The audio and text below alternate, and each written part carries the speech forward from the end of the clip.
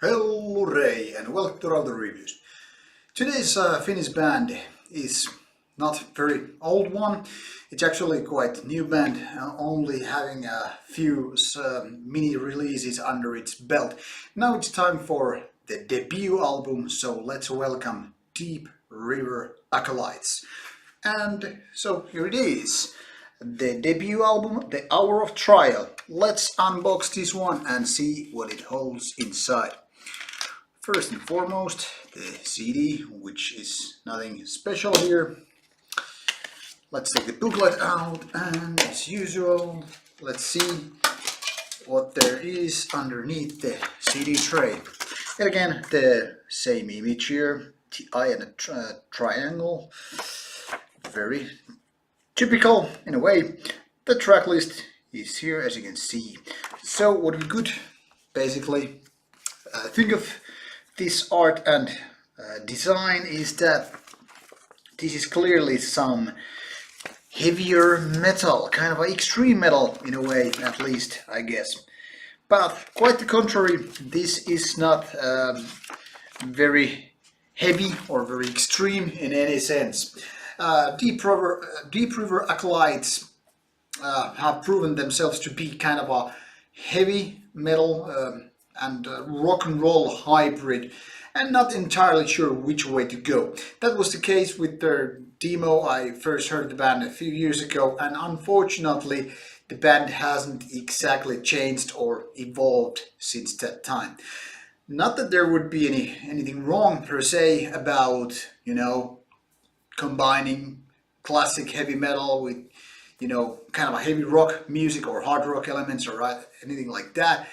But the thing is, when you are going hybrid, you need to focus on which way to do this kind of two different worlds collide in a proper way in order to reach close perfection or whatnot.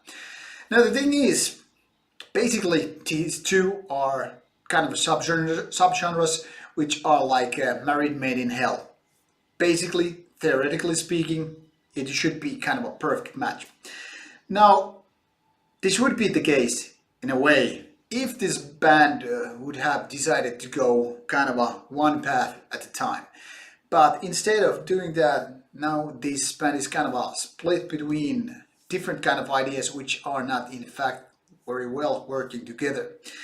While on the other hand, this kind of music is, let's put it this way, kind of a greasy, diesel fueled, very, kind of a dude type of metal that is, think of garage guys, in a car workshop or whatever with their, jumper suits and, having cigarettes in their mouth, grease all over, or guys working up some real motorbikes and, babes with big breasts and having too little clothing on, lots of beer and, just kind of a dude stuff. Dirty, heavy, and, kind of basic guys in a garage kind of thing, or in a bar playing pool and drinking beer. Now, while on the other hand, this is that kind of greasy heavy metal, and that is totally fine. But then there is this kind of a softer side where the band is almost, doing kind of rock ballads, trying to go melodic and soft and sensitive and all that stuff. And to be honest, that's where the band kind of sucks.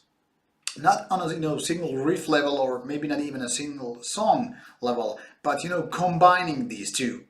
Especially on the vocal side, because the vocalist is pretty good doing this kind of a greasy, dirty, heavy rock and roll with, having kind of an easy life and all that stuff, singing about cars and whatnot. I'm not saying that the lyrics are about those, but you get the idea.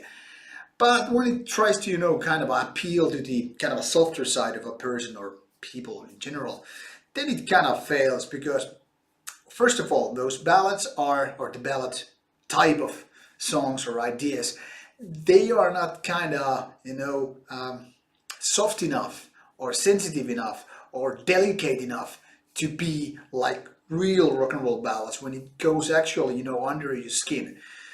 And I mean, you can think of like bands like Manowar and wasp and whatnot to do that. And when they do actually do that, it's like one of those songs that just get your lighter on in a gig and start waving your hand and all that stuff. It's really emotional stuff. It's kind of like you have your manly tears, running down your cheekbones and whatnot. And when it goes to the greasy level, you're like, oh man, yeah, let's drink some booze and drive with motorcycles and whatnot. But now this band is not handling either of these kind of extremities or, boundaries. They are not reaching them properly.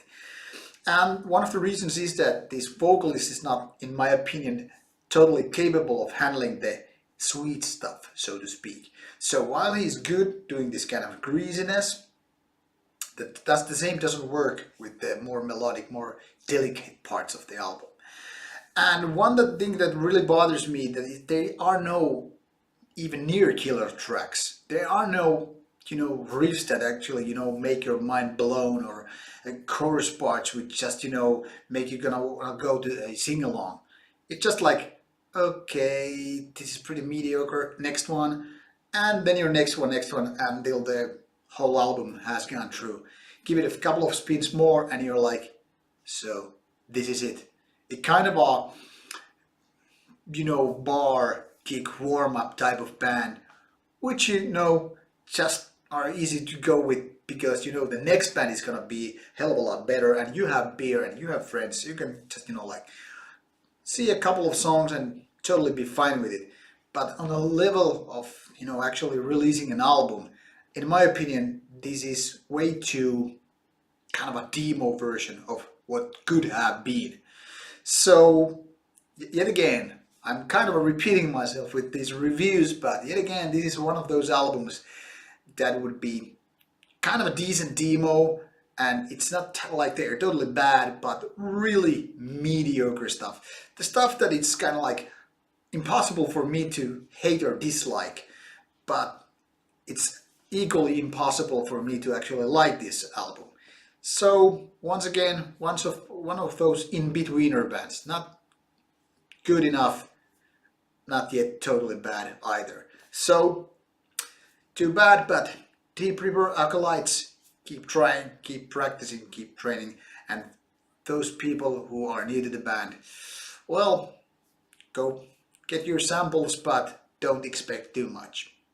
Here's my review of that album, and I guess see you soon with another review. Rauta says bye bye.